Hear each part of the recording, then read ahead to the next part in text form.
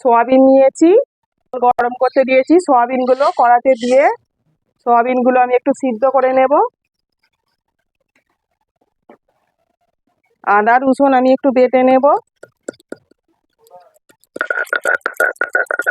আদা রসুনটা বাটা হয়ে গেছে, এটা আমি তুলে নেব। সোয়াবিনটা আমি একটু জলে সিদ্ধ করে নিয়েছি, দেখুন কতটা নরম হয়ে গেছে। আমি নামিয়ে নেব। মধ্যে তেল দিয়ে দেব, গরম হয়ে গেছে, এতে পেঁয়াজ কুচি দিয়ে দেব, করে নেব। মানে ভাজা হচ্ছে ততক্ষণে আমি সোয়াবিন গুলোকে একটু শিলে বেটে নেব।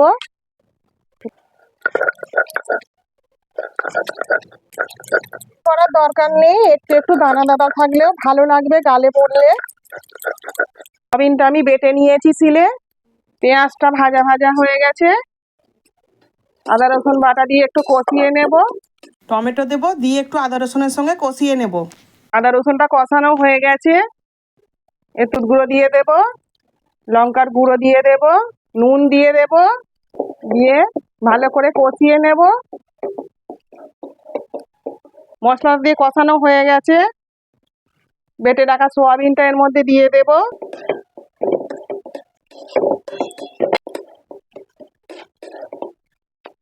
সোয়াবিনের সঙ্গে ভালো করে মশলাটাকে কষিয়ে একদম শুকনো শুকনো করে ফেলতে হবে।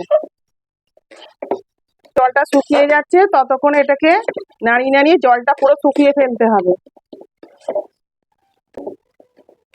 ধনেপাতা কুচি দিয়ে দেব, ধনেপাতা কুচি দিয়ে আর একটু এর সঙ্গে কষিয়ে নেব। সয়াবিনের জল পুরো শুকিয়ে গেছে, তেল ছেড়ে যাচ্ছে, কড়াই বসে যাচ্ছে, মানে একদম পুরো জল শুকিয়ে গেছে। এটা আমি এবার নামিয়ে নেব। সয়াবিনের ভর্তাটা আমি একটা পাত্রে তুলে নেব।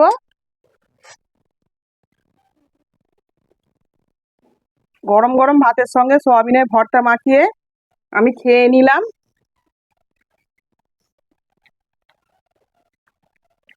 ও সেই স্বাদ।